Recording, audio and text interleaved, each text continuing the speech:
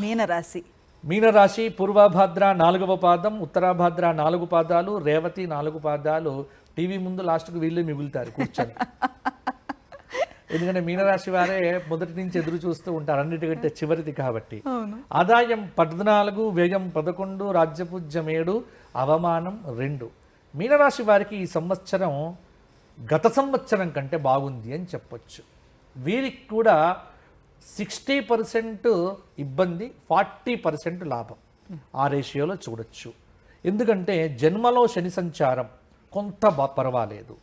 మొత్తానికి జన్మలో సువర్ణమూర్తి కావటం చేత కొంత అనుకూల ఫలితాలు ఈ సంవత్సరం మీనరాశి వారికి పెరుగుతాయి. విపరీతమైన చికాకు అనేది లేకుండా ప్రశాంతంగా ఉండే ప్రయత్నం చెయ్యండి. అందరూ నన్ను గౌరవించాలి అనే భావన కంటే ఎవ్వరి గురించి నువ్వు పట్టించుకోకపోతే నీకంటే సుఖంగా ఎవరూ ఉండరు. ఉద్యోగంలో అన్ని బాధ్యతలు తల మీద పెట్టుకొని బరువు అనడం కంటే కూడా బాధ్యతలను పంచిపెడుతూ ఉంటే ప్రయత్నం చేస్తే అధికారంలో మీరు బాగా ఉండగలుగుతారు. ప్రతి పని పూర్తవుతుంది, శ్రమతోనే పూర్తవుతుంది.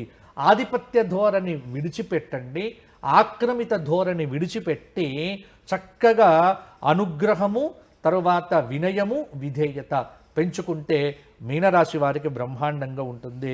విద్యార్థులు జూలై వరకు కొంత అనుకూలంగా ఉన్న ఆగస్టు నుంచి మాత్రం ఇబ్బందికరంగా ఉంటుంది. కాబట్టి పరీక్షల మీద దృష్టి పెడితే మీనరాశి వారు బ్రహ్మాండంగా సాధించగలుగుతారు. దృష్టి దోషాలు బాగా ఉంటాయి మీ అందరికీ కూడా. అలాగే ప్రతి ఇంట్లో కూడా కొంత కుటుంబ సభ్యుల మధ్య భేదాభిప్రాయాలు పెరిగే ఆస్కారం ఉంటుంది. కొంత నిరాశగా ఉంటుంది.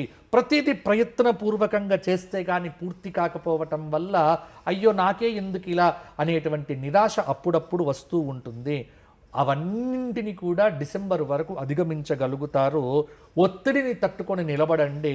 శ్రమయేవ జయతే అని మీరు విజయం తప్పకుండా సాధిస్తారు.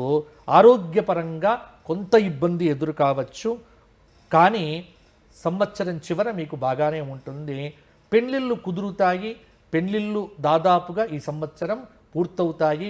సంతానం లేని దంపతులు వైద్య సహాయంతో కూడా సంతానాన్ని పొందే అవకాశం ఈ సంవత్సరం కొంతమేర పెరగవచ్చు.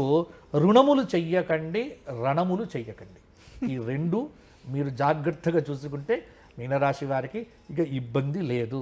మీనరాశి వారు ఈ సంవత్సరము శనిగ్రహానికి సంపూర్ణంగా శాంతి చేయించుకోండి. నిత్యం దేవరాజ సేవ్యమాన పావనాంఘ్రి పంకజం అనేటువంటి కాలభైరవ అష్టకాన్ని రోజు చదువుతూ ఉండండి. సుదర్శన చక్రానికి నమస్కారం చెయ్యండి. లక్ష్మీ నరసింహ కరావలంబ స్తోత్ర పారాయణం చెయ్యండి. ఎవరైనా ఒక పేద వ్యక్తికి వస్త్రదానం చెయ్యండి, అనుకూలంగా ఉంటుంది. ఈ సంవత్సరం అంతా ప్రతి పౌర్ణమికి గోక్షేత్రంకు వెళ్ళి గోవులకు నానబెట్టిన నవధాన్యములు తినిపించండి, గోసేవ చెయ్యండి. మీకు ఇంకా అనుకూలమైన ఫలితాలు ఉంటాయి.